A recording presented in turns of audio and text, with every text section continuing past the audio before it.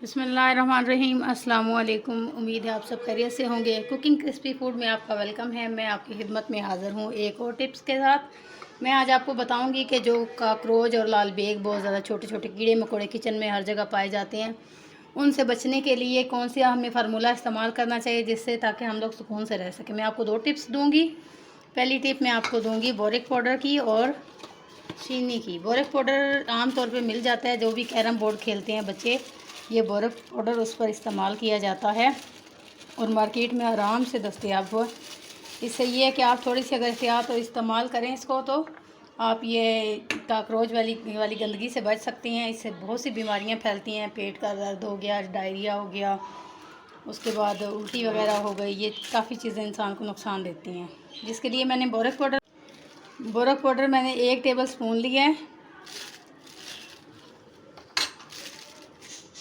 और 1 table spoon ही मैंने ये चीनी ली है। चीनी को मैंने ग्राइंड कर लिया है, इसका मैंने बूरा बना लिया है। 1 टेबल स्पून ही मैं इसमें चीनी का ऐड करूँगी। इसको मैं अच्छे से मिक्स कर लूँगी। जो चीनी है ये काकरोच की बहुत फेवरेट डिश होती है, यानी कि बहुत शौक़ से खाते हैं। आपने नोट किया होगा जहाँ कोई मीठी चीज़ या ऐसा वैसी कोई छिलके वगैरह हों, उस पर भी ये कीड़े मकोड़े काफ़ी ज़्यादा इकट्ठे हो जाते हैं। ये अच्छे से मैंने मिक्स कर लिया। ये आपने इस बात का ख्याल रखना है कि अगर आपने बोरिक पाउडर की तादाद ज़्यादा की है, यानी कि 2 टेबल स्पून अगर आप बोरिक पाउडर लेंगे, तो उसमें चीनी भी आप 2 टेबल स्पून ही इसके अंदर मिक्स करेंगे। इस बात का आपने ख़ास ख्याल रखना है।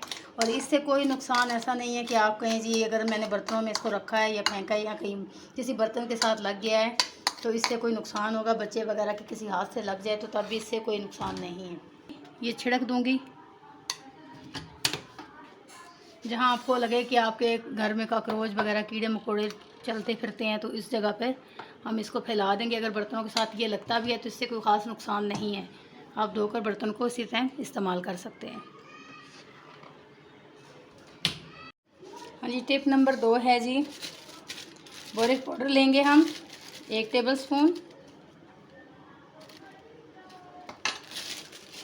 साथ ही मैंने ये शुगर ली है जो मैंने आपको बताया कि मैंने इसको ग्राइंड करके रखा है। इतनी ही मिकदार मैं इसकी लूँगी। ये खाने का सोडा है, बेकिंग सोडा जिसको बोला जाता है, 1 टेबल स्पून ही मैं इसके अंदर वो डालूँगी।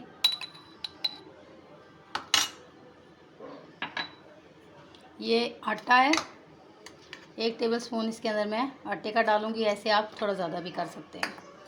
थोड़ा थोड़ा पानी डालकर मैं इसको आटे की तरह गूँध लूँगी और इसकी मैं ग्रोलियाँ सी बना लूँगी। ये खाने का सोडा जो है, ये जब कीड़े मकोड़े कोई खाएंगे तो उससे उनका जो स्टमक है वो डिस्टर्ब हो जाएगा, जिससे कि वो मरना शुरू हो जाएंगे। इसको मैंने ज़्यादा पतला नहीं करना, इसको मैंने इतना रखना है कि ये इसकी ग्रोलियाँ सी बनना शुरू हो जाएं, यानी कि हम इसको गोल गोल छोटी छोटी सी बॉल सी बना लें और इसको अपने घर में किसी कोने में जहाँ हमें महसूस हो कि कीड़े मकोड़े ज़्यादा हैं वहाँ हम इसको रख सकें। ये आप 1 हफ़्ते के बाद दोहरा दिया करें ताकि फिर ये कीड़ों मकोड़ों से जान छुट्टी रहे। जैसे कि आजकल हर साइड पे घर बहुत तंग से होते हैं और हवा का और रोशनी की जो क्रॉसिंग है वो बहुत कम होती है, जिसकी वजह से ये कीड़े बनना शुरू हो जाते हैं।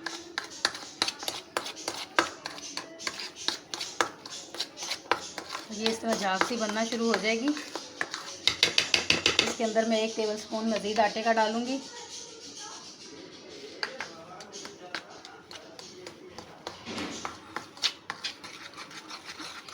ये देखें, ये वापस अपनी शक्ल में जाना शुरू हो गया है।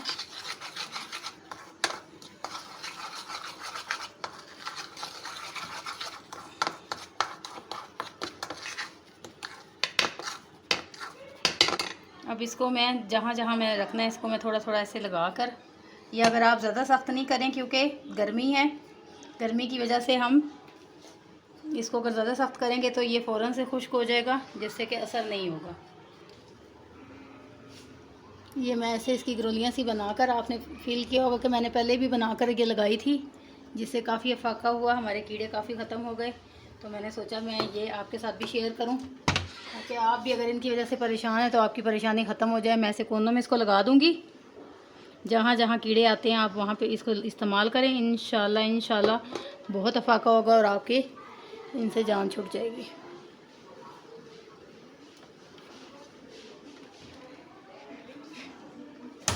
आप हमें कमेंट्स बॉक्स में ज़रूर बताइएगा कि आपको हमारी बताई हुई टिप कैसी लगी।